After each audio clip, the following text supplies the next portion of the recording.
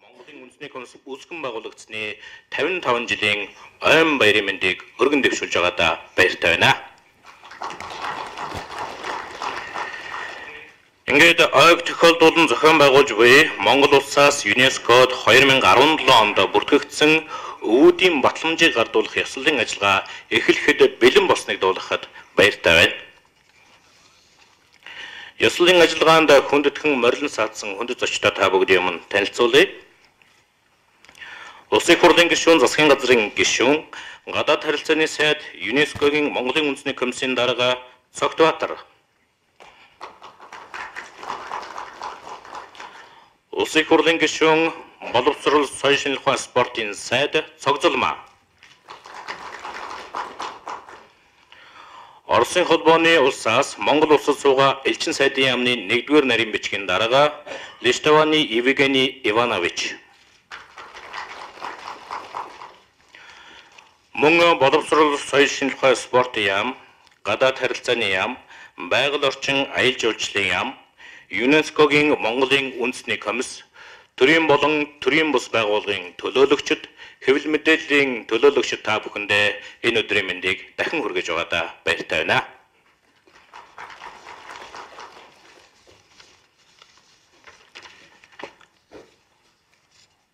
Ингээд та бүгдийн өмнө улсын хурлын гишүүн, засгийн газрын гишүүн, гадаад харилцааны сайд, ЮНЕСКОгийн Монголын үндэсний комиссийн дарга Цогтбаатар таныг хүндэтгэн урьж байна.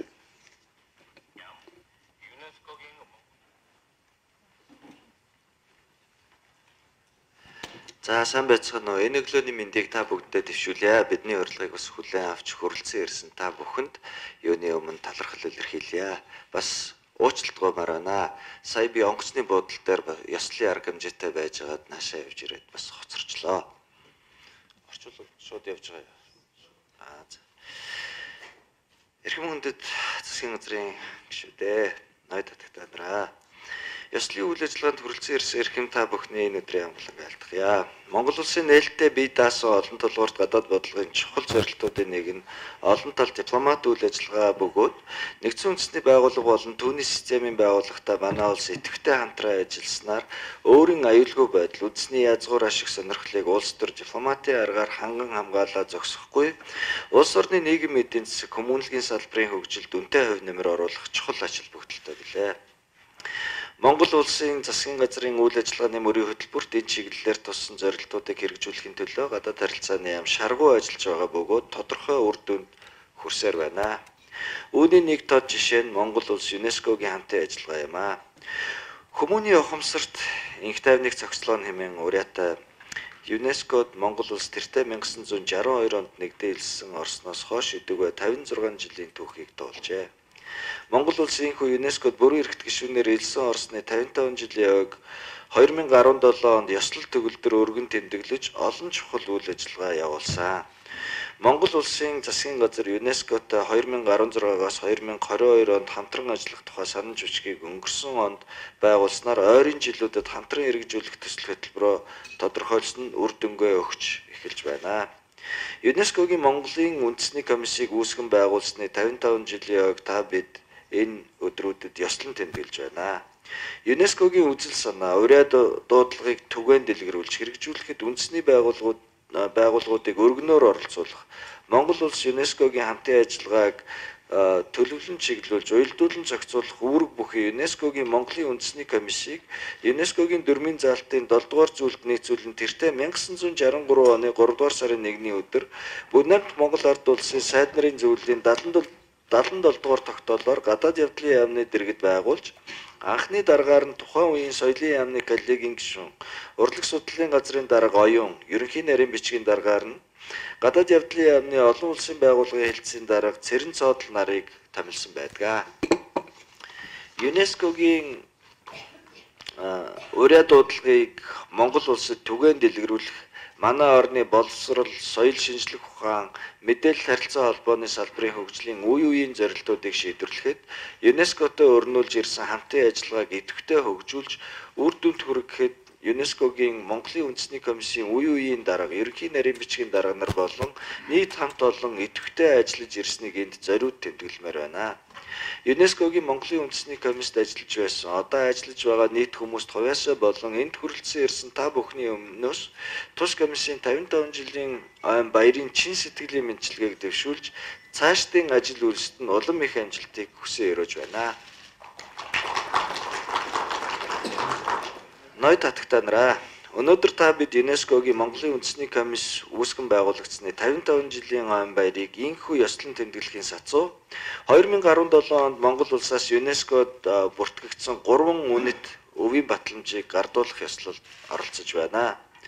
ЮНЕСКОнд байгаль, соёлын өвийг хамгаалж таниулан сурталчлах хойч үедээ үлдээх зорилгоор соёлын конвенцуудыг батлан хэрэгжүүлдэг бөгөөд гишүүн орон өөрийн үнэт өвөө бүртгүүлснээр хадгалалт хамгаалалтыг хариуцах нэр хүндтэй үүргийг олон улсын өмнө хүлээдэг. Монгол улс Оросын холбооны улстай хамтран дагуурын ландшафтыг хил дамнасан дэлхийн байгалийн өвөөр 2017 оны 7 дугаар сарын 7-ны өдөр ЮНЕСКОд бүртгүүлсэн. Дагуурын чиглэг, хээр тал нь том жижиг, нуур, цөөрөм, гол, горих, намгархаг газар бөгөөд зүүн өмнөд Азиас хойд мөсөн далай хүртэл нүүдэлдэг халуун орны усны болон эргэн шуудын өндөглөн цусдаг өвөрмөц онцлогтой бүс нутаг билээ. Тийм ч учраас биологийн төрөл зүйлийн хамгаалалтын хувьд улс орны төдийгүй бүс нутаг дэлхийн нийтийн хэмжээнд ихээхэн ач холбогдолтой юм а. Монголчууд эрт үеэс хад чулуу хөшөөн дурсгал дээр түүхэн үйл явдлуудыг тэмдэглэн бичиж хойч үедээ үлдээсээр ирсэн баримт олон байдаг. Үүний тод жишээ нь Данжуурын боржин чулуун гэрэлт хөшөө юм а. Монгол шунхан Данжуурын 226 ботыг 1924 онд Монгол улсын нийслэл залж авчирсны дурсгал зориулан 1928 онд судар бичгийн хүрээлэнгийн ажилтан дэндв өг хөшөөг урлан бүтээсэн. Ингээд 2017 оны 10 дугаар сарын 30-ны өдөр Данжуурын гэрэлт хөшөө ЮНЕСКОгийн дэлхийн дурсамж хөтөлбөрийн баримт төвийн олон улсын жагсаалтад бүртгэгдсэн. Монгол улсын шинэ үеийн үндэсний намын сангийн гал голомтыг үүсгэж байх цаг үед ном солилцооны холбогдлолтой ийм гэрээг чулуун цэйлсэн ховор түүхэн баримтын цаана номыг дээдлэх монгол хүний уламжлалт үзэл баримтлалын нандин ёс харагдаж байгаамаа. Уул овоо тахих монгол зан үйл өвийг ЮНЕСКОгийн яаралтай хамгаалах шаардлагатай соёлын биет бус өвийн жагсаалтад бүртгэсэн. Энд яаралтай хамгаалах гэдэг үгийг маш сайн анхаарах хэрэгтэй юм а. Даяарчлалын нөлөөгөөр байгаль орчин бохирдонд ороотож, биологийн төрөл зүйл устан үгүй болж, дэлхийн усны нөөц хомсдож, бидний хайрлан хамгаалж ирсэн тахилгат ариун дагшин газрууд хүний үйл ажиллагаанаас шалтгаалan гэмтэх улмаар үгүй болох аюул тулгарч байгаль соёлын өвд ихээхэн сөрөг нөлөө үзүүлэх болсон. Өнөөдөр байгаль дэлхийгээ хайрлан хамгаалахын ач холбогдол нь дэлхийн нийтийн анхаарлын төвд байна. Тахилгат газар нь нэг талаас байгалийн онгон дархан газар, нөгөө талаас ард түмний дунд урт хугацаанд уламжлагдсан хадгалагдаж ирсэн соёлын өв, ёс заншил, зан үйл зэргийг өөртөө агуулж байдаг. Иймээс уул овоо тахих монгол зан үйл нь байгаль соёлын хосолсон чухал илэрхийлэл гэж хэлж болно. Эдгээр өвийг инхүү ЮНЕСКОгийн өвийн жагсаалтуудад бүртгүүлж, хамгаалах, хадгалах, хойч үедээ өвлүүлэх ариун үүргийг хэрэгжүүлэхэд үнэтэй хувь нэмэр оруулсан нийт мэрэгжилтэн өвийг тээгч хүмүүс талархал илэрхийлж байна. Ёслолын үйл ажиллагаанд хүрэлцэн ирсэн та бүхэн дахин талархаж байна. Анхаарал тавьсанд баярлалаа.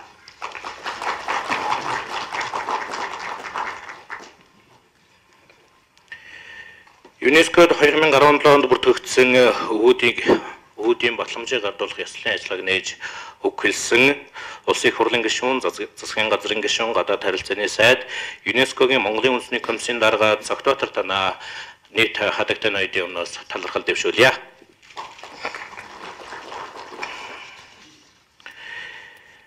Ингээд та бүгдийн өмнө байгаль хамгааллын судалгаа хөгжлийн төрийн бус байгууллагын ерөнхийлөгч доктор профессор Намхаа таныг дагуурын ландшафт өвийг танилцуулна хэмээн урьж байна.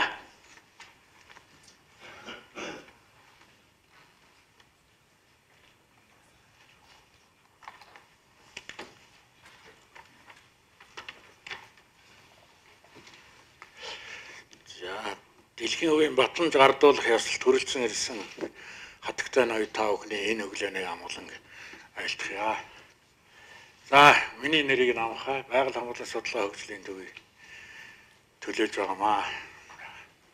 За, энэ дэлхийн байгаль соёлын үе. Энэ дэлхийн өвд байгалийн өөрчлөлт тогтцод автчгүй онцлог шинжээрийн тухайн улс орон төдийгүй дэлхийн нийтийн ач холбогдол газар нутаг түүх соёлын дурсах зүйлийг оруулдаг.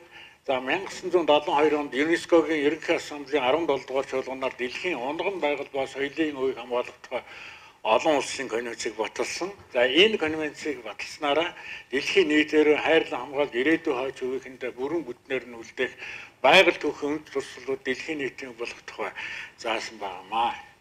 За 2016 оны байдлаар ЮНЕСКОгийн дэлхийн үеийн конвенцийн тал 188 улс байгаа. Магадгүй 17 онд бас нэмэгдснээ үүсэхгүй.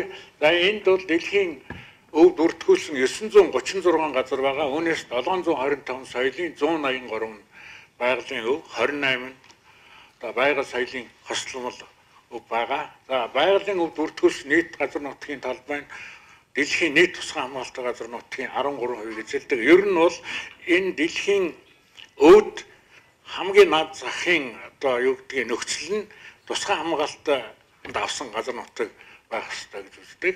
За ер нь дэлхийн өвд Монгол улсаас бүртгэгдсэн 5 газар байгаа. Сая 10 сард бүртгэгдсэн бодитоор бүртгэгдсэн Монгол дамжуурыг тооцох юм бол 6 газар. Тэгэхээр байгалийн өвөр бол Орснуурын ISO 2003 онд дэлхийн өвд бүртгэгдсэн. За дагуурын ландшафт 2017 онд бүртгэгдсэн. Хоёр соёлын бол орхны хөндий. Энэ соёлын дурсгал ганцар Алтай нурууны хадны зургийн зохицолбор бурхан алдан бол байнамаа. За соёлын үе ер нь бол байгалийн өвд 10 шалгуур байдаг. За тэр 10 шалгуурын 6 соёл тамаатай, за 4 байгаль тамаатай. Гэхдээ дагуурын ландшафтыг дэлхийн өвд бүртгүүлсэн гол хангасан шалгуур нь 9 дугаар. За би нэг уншаад яах вэ? Энэ шалгуур авсан. За байрал нь бол Орос Монголын хэл орчинд байгаа тэр Монгол Даурский заповедник гэж орсоор энэ хэсэг юм байгаа. Энэ хойдлын хэсэг. За энэ хятадын талд байгаа нь бол одоо энэ хамаагүй. За дагуурын ер нь бол Монгол дагуур бол А, Б гэсэгтэй энд Доронтой аймгийн Дашвалбар Чулуун хороо цомонд гол нутаг дэвсгэр нь байдаг. За А гэсэг нь бол нэг 110 орчим мянган га газар байдаг. Дараагийнх нь. За Б гэсэг нь одоо энэ уулзгалын дагуу ингээд 15 мянган га газар дотроо бас л одоо тусгай хамгаалалтын газрын бүх хүсүүд байрлалтай байгаа. За дагуурын ландшафт дэлхийн өвд бүртгүүлнэ гэдэг нь ерөнхийдөө нэлээ иж бүрэн судалгаа шинжилгээний ажил байдаг. Тэгээд 2012-оос 13 онд Оросын албанаас Монгол улсын эрдэмтдийн хамтарсан судалгаа хийгээд 13 онд IUCN-ийн экспертүүд газар дээр нь үзэж шалгасан. За 14 онд номинацийг бэлдээд дэлхийн хороонд өргөн мэдүүлсэн. За 2015 онд номинацийг дэлхийн хорооны хурлаар хэлэлцүүлж зөвлөмж авсан. За ер нь бол энэ хэлэлцүүлэгтээ урьдчилан бидэнд ирүүлсэн мэдээлэлд нь бол дагуурын ландшафтыг дэлхийн өвд бол баг бүртгэхгүй гэсэн тийм урьдчилан одоо юу гэдгийг санал ирсэн. Гэвч яг хурлын чуулганы хэлэлцүүлгийн явцад төр буцаая энэ бүртгэн зүйтэй юм гэсэн тийм зөвлөмж өгсөн. За тэгээд зөвлөмжөнд бас тодорхой хэмжээний нэмэлт оруулахаар тусгсан. Тэгээ энэ нэмэлтийг оруулаад ингээд 16 дэлхийн хорооны зөвлөмжийн дагуу дахин өргөн барьсан. Тэгээд 2017 онд дэлхийн хорооны 41-р чуулганаар дагуурын ландшафтыг хил донсон байгалийн өвөр бүтгсэн байдаг. За энэ дээр бол Оросын холбооноос Монгол улсын хамтран оруулсан дэлхийн өвд бүртгэгдсэн газар ингээд харагдаж байна. За энэ дээр дагуурын ландшафт юу хамарсан гэхээр тал нутагт ой тэгэхээр ус намрах газрын экосистемийг хамарсан. За хамгийн гол нь бол одоо олон төрлийн шууд түүн дотор нэн ховор, чин тавар, өг тавар, хархиа тавар, за мөн хил дамжин нүүдэлдэг цагаан зээр. За тэгэхээр олон хөгтөн амьтад ховор ургамлуудыг багтаад ийм иж өрн их систем байгаа. За ер нь Оросын холбооны улс Монгол улсын хил ам оршиж байгаа үеийн газар нутаг бол 912 мянга гаруй газар үүнээс 279 Оросын холбооны улсад за 620 гаруй нь Монгол улсын нутагт байт юм аа. За энэ хамгийн сүүлд 2 3 зураг үзүүл энд дагварын ламшаад намны эцэг аюулшийн эцсийн байдлаар танилцуулсны дараа энэ Швейцарын Голландд Монгол Оросын судлаачдын баг харагдчихээн. За энэ яг энэ дагуурт хамаагүй бурхан алдан уулыг дэлхийн соёлын үд өртгүүлсэн үеэр Монголын төлөөлөгчдийн зураг байна. Энэ хамгийн сүүлд нь Оросын холбооноос Монгол улсын хамтарсан дагварын ламшаад намны эцэг дэлхийн үд өртгүүлсний дараа Польшийн Краков хотод өртгүүлсэн дараа Монгол Оросын холбооны төлөөлөгч байна. За анхаарал тавьсан баярлалаа.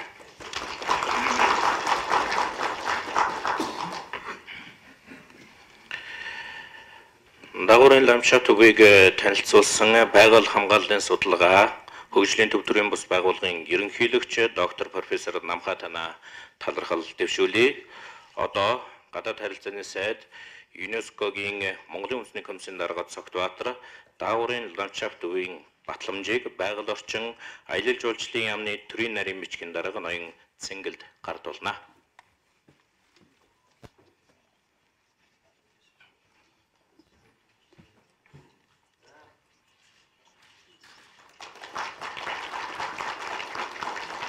За энэхүү батламж гэрчлэгээ гардан авж байгаа байгаль орчин аялал жуулчлалын яамны төрийн нарийн бичгийн дарга ноён Цэнгэл танаас хүрэлцэн ирсэн нийт ноён татагтай хүндэт зочдын өмнөөс халуун талархал өргөн дэвшүүлье.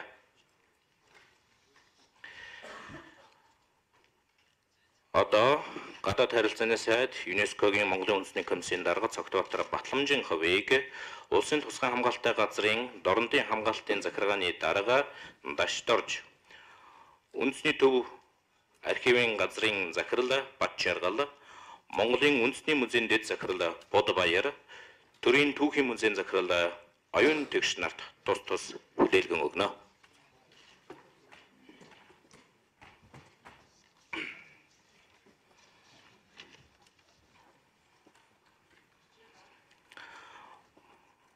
Бүгд найрамдах Польш улсын Краков хотно болсон дэлхийн үеийн хорооны 41-р чуулганаар Монгол улсаас Оросын холбооны улстай хамтран нэр дэвшүүлсэн дагварын ландшафтыг 2017 оны 7 дугаар сарын 7-ны өдөр дэлхийн байгалийн үеийн жагсаалтанд бүртгэсэн байна.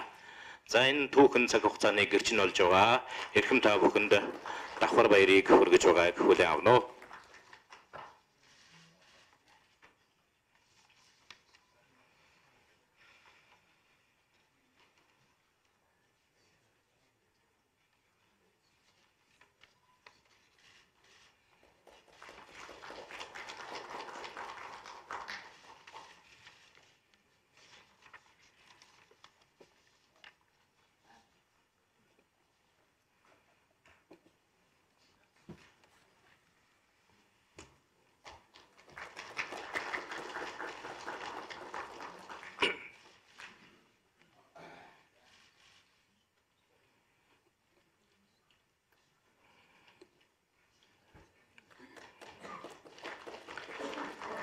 Дагварын ламшафт үеийн батламжийг болон батламжийн хувийг хүлээлгэн өгж гардуулж буй гадаад харилцааны сайд ЮНЕСКОгийн Монголын үндэсний комиссийн дарга Цогтбаатар танаа талархал дэвшүүлье.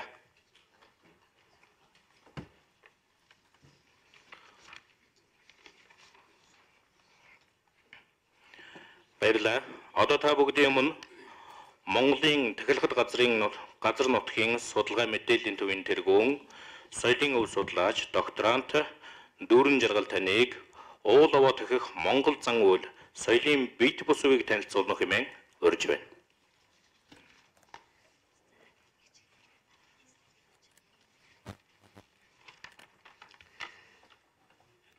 За монголчуудын олон зуун жилийн турш хөгжүүлж ирсэн язгуур өв соёлын нэг бол уул овоо тахих тахилгын зан үйл юм аа. Энэ зан үйл нь өнгөрсөн жил ЮНЕСКОгийн яаралтай хамгаалах шаардлагатай соёлын бит бус үеийн жагсаалт бүртгэсэнд бүгд баяр талархалтай байна. ЮНЕСКО нь байгаль соёлын өв болсон тахилга газар нутгийг хамгаалах, судлах, сурталчлах, олон нийтийн мэдлэг ойлголтыг дээшлүүлэхэд бүхий л талаар дэмжин ажилладаг билээ. За ЮНЕСКОгийн дэмжлэгтэйгээр сүүлийн 20 орчим жил соёлын бит бус үеийн судалгааг хийлээ. Үүн дотор бол 10 орчим жилийн соёлын үеийн тахилга газар нутаг тахилгын зан үйлийн судалгааг хийсэн юм аа. За одоо энэ харагдж байгаа энэ төсөлт ажлуудыг ЮНЕСКОгийн Монголын үндэсний комиссийн дарга байсан урт насны даргын санаачлагтайгаар одоо хийж хэрэгжүүлсэн нэлээд их хүч хөдөлмөр зарцуулсан ийм ажил байсан юм аа. За дарга. За энэ судалгааны хүрээнд бол Монгол орны нийт 18 аймгийн 283 сумын 1309 тахилгат газар нутгийн бүртгэл судалгаа тахилгын зан үйлийг гаргасан байна. За ингээд энэ судалгаан дээр үндэслээд гарын авлага боловсруулж Монголын нийт сумдын соёлын үеийн төв болон сургууль, тамгын газар соёлын ажилтнуудад энэ ном гарын авлага хүргэсэн юм аа. За тахилгын зан үйл нь Монгол орны нийт газар нутгийн хэмжээнд хийгдэж байсан байдаг. Тахилгын зан үйл нь биш болов гэнэ. Айл гэр, ураг удам, аймаг сум төрийн хэмжээнд хийгдэж байсан. За энэ бидний харж байгаа энэ газрын зураг дээр бол тахилгат газар нутгийн тахилгын зан үйлийн гол газруудыг харуулсан синхрээр төрийн тахилгатай газар нутгийг харуулж байна. Ер нь тахилгын зан үйл маань айл өрхийн хэмжээнд, ураг удмын хэмжээнд хийгдэж байсан энэ зан үйл маань өнөөдөр нэлээд мартагдж гээхдгийн босгонд тулж ирээд байгаа. За 1911 онд Богд хаан ширээн залаад за улс орны хэмжээнд байгаа тахилга шивтгэх газар нутгуудыг одоо тогтоох ийм бичгийг бүх сумд хашуудад явуулсан байдаг, аймаг хашууд явуулсан байдаг. За энэ судалгаагаар зөвхөн Цэцэн хаан аймгийн хэмжээнд ихэд 24 хашууны 630 гаруй тахилгат газар тахилгын зан үйл хийж байгааг тогтоосон байдаг. За Цэцэн хаан аймгийн газар нутг бол тэр тод шараар Монгол орны зүүн талд харагдж байна. За өнөөдөр яг энэ шараар зурагдсан энэ газар нутгийн хэмжээн дээр 3 аймаг бүтэн 5 аймаг хагас нийт 51 сумын нутагт бол судалгаагаа харьцуулахад 390 орчим тахилгатай газар нутаг байна. Үүний 120 орчим нь одоо тахилгын зан үйл хийгдэж байгаа ийм судалгаа байгаа. Тэгэхээр зэрэг 630-аас 120 гэхлээр одоо 500 орчим тахилгатай газар нутгийн зан үйл өнөөдөр мартагдсан байна. За тэгэхээр одоо тахилгат газар нутагт тахилгын зан үйлд холбогдох соёлын үүдийн талаар тодорхой товчхон ярья. За тахилгат газар нутагт хийгдэн буй тахилгын зан үйлд нь түүхэн учир, шалтгаан, зан үйлийн уламжлал, уугуул сугуул зун олон эрт цагаас баримтж ирсэн ёс, уул харихны орших, сүр жавхлан зэрэг байгаль соёлын олон өвийг өөртөө багтаасан монголчуудын олон мянган жилийн түүхэн хөгжлийн явцад бүрэлдэн бий болсон нүүдлийн соёл иргэншил, ард түмний амьдралын онцлог дүр төрхийг уран тод илэрхийлсэн монголчуудын язгуур өв соёлын нэг юм аа.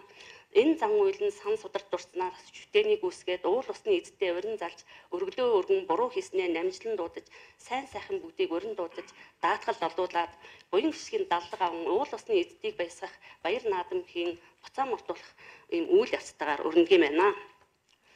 За энэ тахилгын зан үйл маань уул усаа магтсан магтаал, даатгал залбирлын үгс, үлгэр туйлс, дуу хуур, домог шившлэг, сав ертөнцийн тухай мэдлэг, байгаль цаг уурыг засан тагнуулах арга ухаан, одон орон зурхай, цаг тооны бичиг, хорио цэрийн ёс зэрэг бит бус соёлын олон илэрхийлүүд багтж байна. За энэ тахилгын зан үйл зориулан бүтээгдсэн тахилгын байгууламж болох уул аваа, уул усны эзэдийг дүрслсэн шүтээн зураг, уул усын санд судар, өргөлийн зүйлс, зан үйлийн дэг ёстой холбогдсон эдийн бүхий л зүйлс энэ үеийн илэрхийлэл болон хадгалагдж байна. За мөн тахилгат газар соёлын үеийн дурсгалууд болох сүм дугна, сувраг, шүтлэг давхай байхаас гадна үе үеийн түүхийн гэрт болсон өшөө дурсгал, хадны зураг бичээс улс ширх сүрүүд бас хадгалагдж байдаг юм аа. За үүний нэг тод жишээ бол Швед хайрхан уул байдаг. Манай Монголын баруун алтад одоо хамгийн баруун талын тахилга хийж байгаа газар байна. Энэ газар маань бол дэлхийн үеийн газар нутагт байдаг. Маш их сайхан үеийн дурсгалтай, хадны сүв зурагтай ийм бол байна. За дараагийнх бол дэлхийн өв болсон бурхан халдун уул маань өнөөдөр монголчууд бидний одоо өв соёл төдийгүй дэлхийн нийтийн одоо дэлхийн нийт алдар нэрээ дуурсгасан ийм өв соёл болж мөртөгдөжээ. За дэлхийн өөрчлөлтийн жагсаалд орсон тахилгат улс байна. Энэ нь бол бүс нутгаас хамруулаад 6 ийм газар нутгийг сонгон авсан юм аа. За дараагийн. За үүнд бол Хангаан ноён оргил отхон тэнгэр хайрхан байна. За тэгээд сутай хайрхан байна. За энэ говьолтын цогц сумд оршдог их цөлийн захуй зармангийн говийн цөлийн нутагт оршдог ээж хайрхан бол манайх төлөөлөл нь олж орсон байна. За тэгээд говьолтын нурууны ноён оргил их богд уул орсон байна. За дараагийнх нь бол одоо энэ бүх хүмүүсийн шүтж байгаа хам баян зүрх уул буюу хүслийн уул гэдэг энэ уул орсон байна. За тэгээд дорнодын одоо тал нутгийн төлөөлөл болж алтан овоо бол энэ 6 уул бол дэлхийн өөрчлөсөн жагсаалтанд орсон байгаа. За газар нутаг уул усыг дахин хүндэтгэх нь хүмүүсийн оюун ухаан, ёс суртахууны үнэт зүйл, түүх, зан заншил, аман зохиол, уламжлалт мэдлэг соёлыг өөртөө агуулж байгаль дэлхийн амьтан ургамал их орон төрөлх нутаг их түүгээ хайрлах, хадгалах, хамгаалах эрмэлзлийг бага наснаас нь хүн төрөлхтний хувьд нийтлэг онцгой үндэсний бүхий амьд уламжлал ёс заншил юм аа.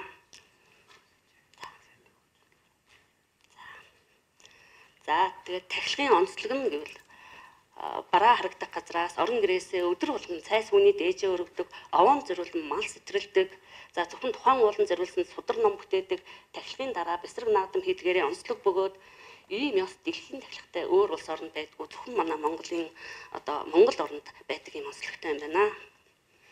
За тэгээд хөх тэнгэр дэвээгдэн хөрс газар тэтгэгдэн монголчууд уул усаа дахиж ирсэн энэ өв уламжлалаа хүн бор одоо хадгалж хамгаалахыг одоо хүсэж байна.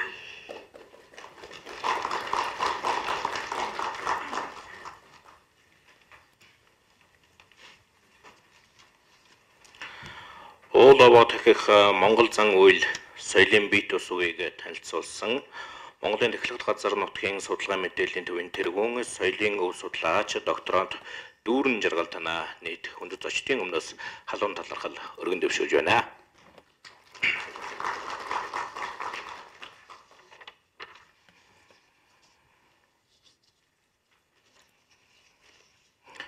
Бүгд найрамдах Солонгос улсын Жэжүү аралд 2017 оны 12 дугаар сарын 4-9 өдрүүдэд болсон ЮНЕСКОгийн соёлын бие бус үеийг хамгаалах тухай конвенцийн засгийн газар хоорондын хорооны 12 дугаар чуулганаар Монгол улсаас нэр дэвшүүлсэн уул овоо дахих Монгол зан үйл үеийг ЮНЕСКОгийн яаралтай хамгаалах шаардлагатай соёлын бие бус үеийн жагсаалтанд 2017 оны 12 дугаар сарын 6-ны өдөр бүртгэсэн юм аа.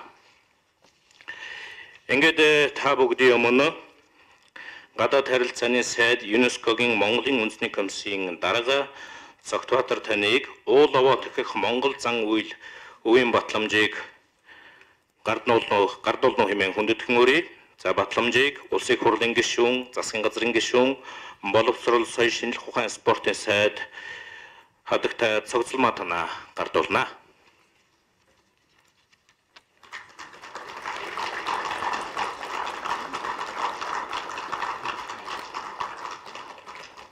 Баяр хүргэе.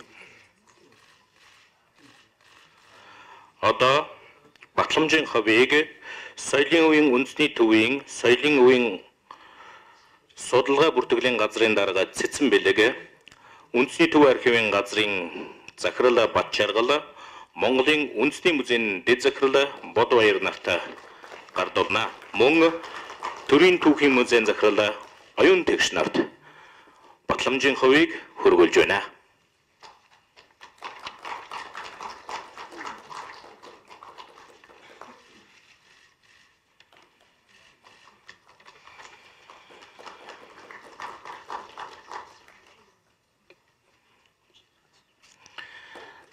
За түүхэн цаг үеийн түүхэн үйл явдлын гэрч нь олж байгаа эрдэмтэн судлаачид эрхэм хүндэт зочид ноёд хадагтай та бүхэндээ талархлыг өргөн дэвшүүлж байна.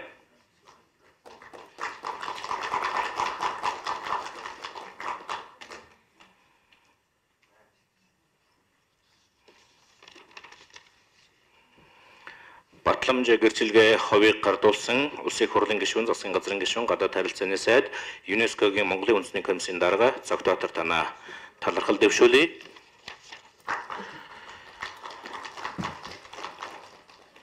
Одоо та бүгдийн өмнө Монголын үндэсний номын сангийн мэдээллийн сан бүрдүүлэгч Түмэн баяр таныг Данжуурын гэрэл төшөө өвийг танилцуулна хэмээн хүндэтгэн хүрье.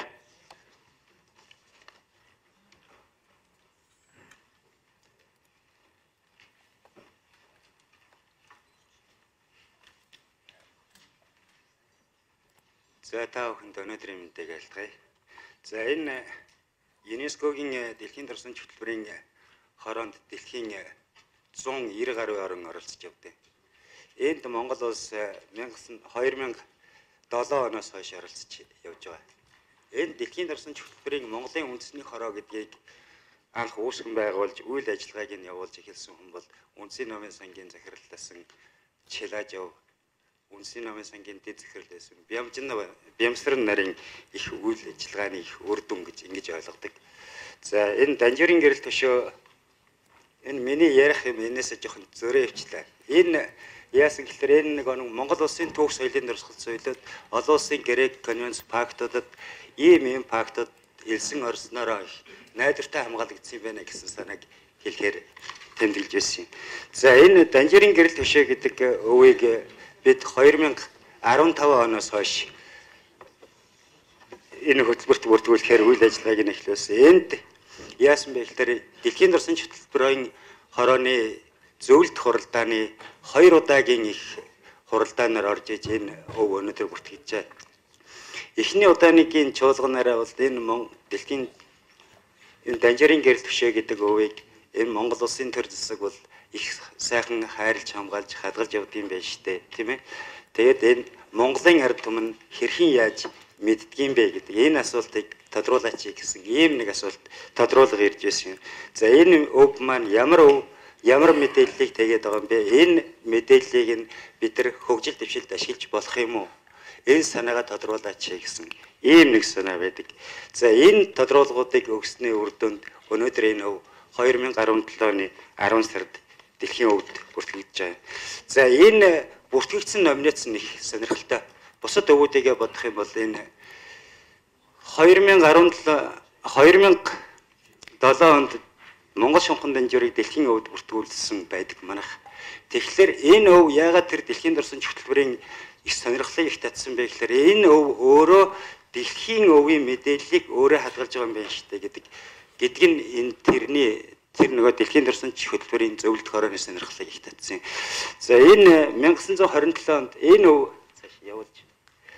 Энэ өв бол 1927 онд Онхтон Жамингуан санаачлагаараа Судрагчийн хүрээлэнгийн Дэндууга гэдэг хүнд үүрэг өгч бүтээлгсэн. Энэ 34 настай эхлээд 64 настайдаа дуусгаж яасан. Бүтээгдсэн цагаас хойш босоогүй байжгаад 2007 онд Акимгог захирал байх үед боссон ийм гэрэл төшөө. Монгол улс сүүлийн 1000 жилдээ нэг 300 гаруй жилийн зөрөөтэй нэг 3 гэрэл төшөөний хамгийн сүүлчийн төлөөлөл нь энэ гэрэл төшөө. Чингисийн чулууны бичиг, Цогтын чулууны бичээс Данжуурын гэрэл төшөө гэдэг. Энэ гэрэл төшөө уламжлалт гэрэл төшөөнүүдийн хамгийн сүүлчийн төлөөлөл болох бөгөөд шинэ Монгол улсын уламжлалт аргаар бүтээгдсэн хамгийн анхны гэрэл төшөө. Монгол шунхан Данжуурыг Монголд 24 онд залж ирсэн түүхт үйл явдлыг мөнхөлж 9 зүйлийн гэрээ бичгийг энэ гэрэл төшөөнд мөнхжүүлсэн ийм гэрэл төшөө байгаа. За энэ өөр ямар мэдээллийг тээж агуулж байдгийг бэ гэхээр энэ 1924 онд шинэ Монгол улс байгуулж Судрагчийн хүрээлэнг байгуулсан бөгөөд Судрагчийн хүрээлэнд энэ гэрэл төшөөг босгосноор орчин цагийн номын сангийн шинжилх ухааны их суурийг тавьж ном цуглуулах, ном бүрдүүлэх үйл ажиллагаа гэдэг энэ гэрэл төшөөнд баримтжуулан бүтээж үрдээснээр энэ туйлын их ач холбогдолтой ийм гэрээ гэдэг нь бол тодорхой байд юм аа. За Данжуурын гэрэл төшөөний өөр нэг онцлог шин чанар нь юу байдığım бэ гэхээр энэ дотор тээж байгаа мэдээлэл нь Данжуурыг хэрхэн хамгаалах вэ? Монгол улсад шилжүүлэлээ, үрдэн гэрээ хийлээ, энэгээр энэ Данжуурыг Монголд шилжүүлээ гэсэн ийм гэрээ боловч энэ бол энэ мэдээллийг сэргээж үзэхэд холбогдох мэдээллийг нь сэргээж үзэхэд энэ бол монголчуудын ах уй соёл одоо 20 дугаар зууны ихэнх үеийн Монголын нийгмийн сэтгэлгээний амьдрал тэр чигээрээ бэлэн харагдчихэдэг. За энэний одоо далд мэдээлэл тэр нь юу байдгийг бэ гэхээр энэ нөгөө нэг монголчуудын энэ нөгөө нэг ачаа бараа тээвэрлэлтийн их маш их том мэдээллийг энэ далд утгаараа маш их агуулж яадаг. Энийг юугаар баталж илэрхийлж хэлдэг вэ гэхээр Данжирын 226 байтыг 25 тэмээнд авч ирсэн байдаг тий. Тэгэхээр энэ тээвэрлэл, сабаглоо бодлын асуудал гэдгийг энэ гэрээнээс бид нар мэдээлэлээс сэргээж хөгжил дэвшилтэд ашиглаж болох юм байна гэсэн энэ санаа. Энэ тухайн үед 1924 онд энэ 226 байтыг 25 тэмээнд ачиж ирсэн гэхээр нэг тэмээнд тухайн үедээ бол 70 жингээр бодож авч ирсэн байдаг. Тэгэхээр энэ нэг тэмээнд нэг 10 батыг авчираад ачаад ингэж явж ирсэн. Ийм нөгөө нэг тээвэрлэлт болоод монголчуудын энэ ах トゥ соёлыг тээж байгаа бөгөөд тэгээд энэ дэлхийн өвийн баримтыг өөрөө баримтжуулж байгаа учраас энэ бол хосгүй гайхамшигтай өв байна гэж ингэж батламжуулсан юм аа. За анхаарал тавьсанд баярлалаа.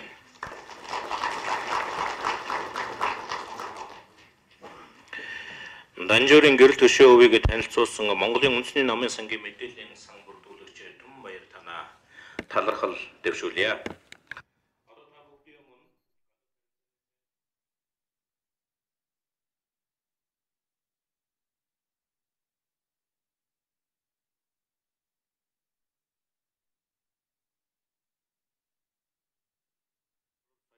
Спортын сайд цогцлмоо танаа гардуулнаа.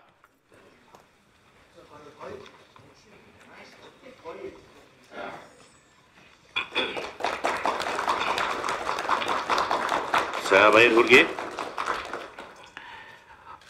Мөн батламжийн ховийг үндэсний намын сангийн газрын дарга инх тунгалаг үндэсний төв архивын газрын захирал Батчаргал Монголын үндэсний музейн дэд захирал Бодбаяр төрийн түүхийн музейн захирал оюун тэгш нарт тус хүлээлгэн гартуулнаа.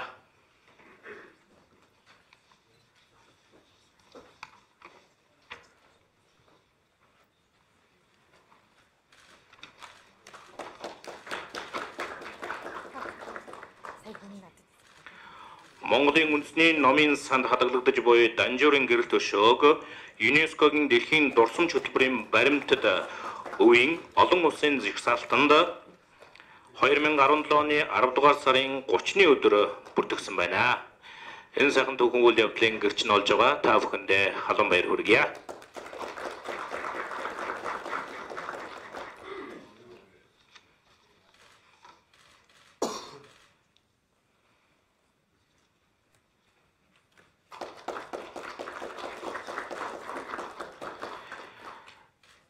Саринхоо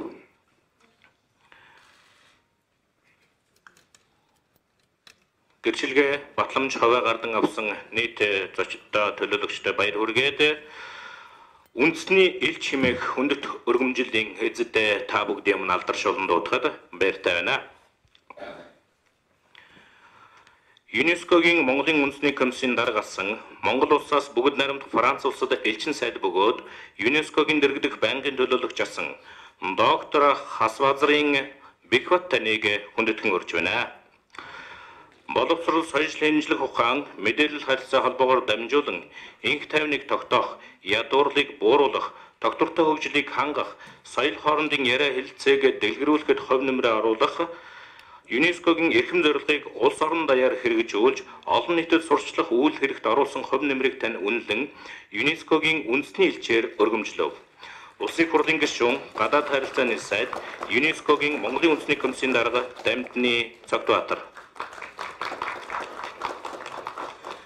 За энэхүү үндэсний элч хэмээх хүндэт өргөмжлөл энэ хүндэтгэлийг Монгол улсдаа анхлан энэхүү алдартнуудаа тодруулж өнөөдөр 3 хүнд гартуулнаа.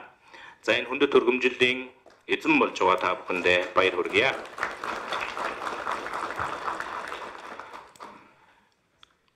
Дэлхийн инх тайвны зөвлөлийн дэд ерөнхийлөгч Монгол улсын онц бөгөөд бүрэн эрхэт элчин сайд ЮНЕСКОгийн Монголын үндэсний комиссийн ерөнхий нарийн бичгийн дарга асан соёлын гавьяа зүтгэлтэн доктор профессор Давгийн цахилгаан таныг ЮНЕСКОгийн үндэсний элч чээр томдож тодруулж байна. Танд баяр хүргэе. За өргөмжлөлийг уншид танилцуулсан байгаа. Өргөмжлөлийг гадаад хэргийн сайд ЮНЕСКОгийн үндэсний комиссийн дарга Цогтбаатар гардуулж байна. Баяр хүргэе.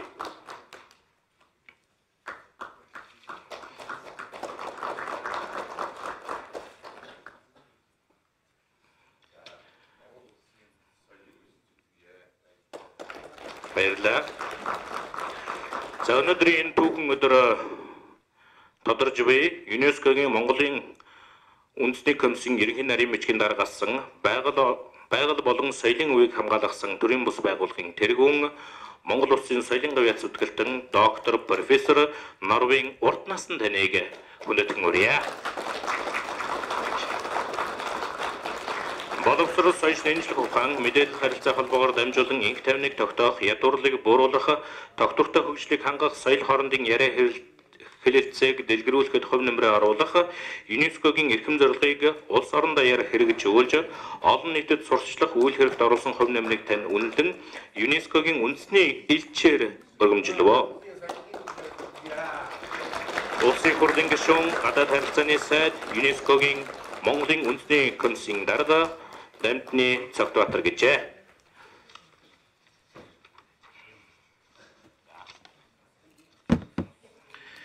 За энэхүү түүхэн үйл явдал, түүхэн цаг хугацааны гэрчин болсон эрхэм хүндэт хадагтай та бүхэнд талархал дэвшүүлээд ЮНЕСКОгийн Монголын үндэсний комиссийн комисс үүсгэн байгуулагдсны 55 жилийн ойг тохиолдуулан зохион байгуулж буй Монгол улсаас ЮНЕСКОд 2017 онд бүртгэгдсэн үүдийн батламжийг гардуулах ёслол маань энд хүрэн жаргаж байна. Ингээд та бүгдийг үдийн цайнд